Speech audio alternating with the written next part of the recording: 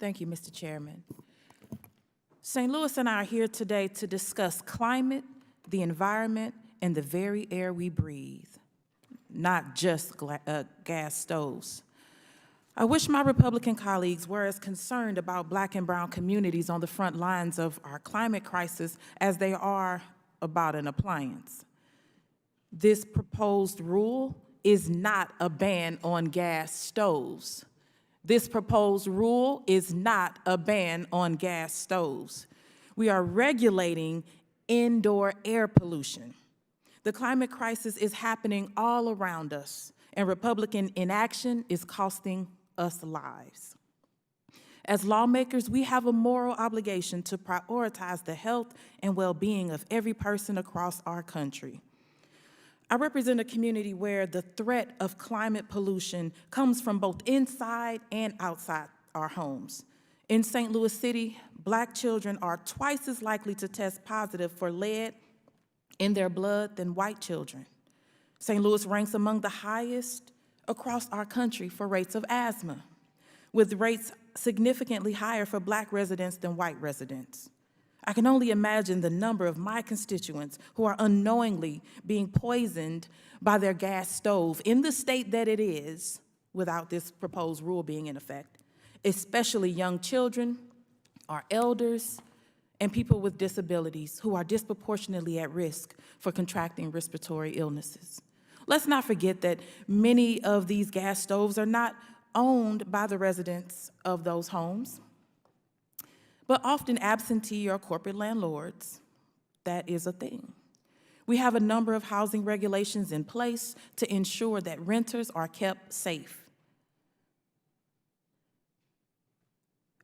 This also applies when we speak about keeping renters safe to the indoor air pollution, how that should be a top concern. This proposed rule is not a ban on gas stoves. Research proves that improving the energy efficiency of gas stoves and switching to electric stoves completely will save lives, will save money, and will save our environment. The Department of Energy estimates that the updated standards to improve gas stove energy efficiency will save consumers at least $100 million, provide climate benefits of $67 million, and health benefits of $65 million each year. Congress has an obligation to make smart and forward-thinking investments with taxpayer dollars to ensure our future generations are not plagued by illnesses that lawmakers can prevent today. It's important to recognize that gas stoves perpetuate an unsustainable reliance on fossil fuels and can cause significant health issues. We know the Department of Energy's proposed rule and new efficiency standards will reduce both the negative climate and negative health impacts. The Department of Energy policy would keep our communities safe. So it's no surprise the Republicans are against it. Republicans are consistently against regulations that maintain workplace safety standards, enact gun control to keep our children safe in schools, and allow access to reproductive care. These standards are not a ban on gas stoves, but a way to move the nation forward and reduce health and climate risks to people and our planet while giving consumers more information and more options. Gas stoves have long been linked to serious health hazards, especially in children who grow up in homes with gas stoves. According to the Scientific American, scientists have long known that gas stoves emit pollutants that irritate human airways and can cause or exacerbate respiratory problems. We have the tools and the technology to address these issues definitively within the timeline DOE set forth. 3 years to allow manufacturers to produce more energy-efficient stoves is being generous.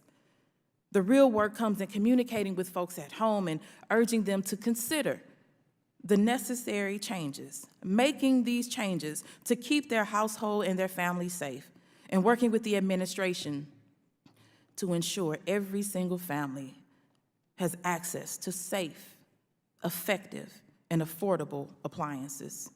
This proposed rule is not a ban on gas stoves. As ranking member of this subcommittee, I know that the work starts today. I implore my colleagues to join Democrats in the serious work of helping keep our communities safe and informed, rather than partaking in the unserious work of sensationalizing safety standards by DOE and misconstruing the science and misconstruing the facts. Thank you, and I yield back.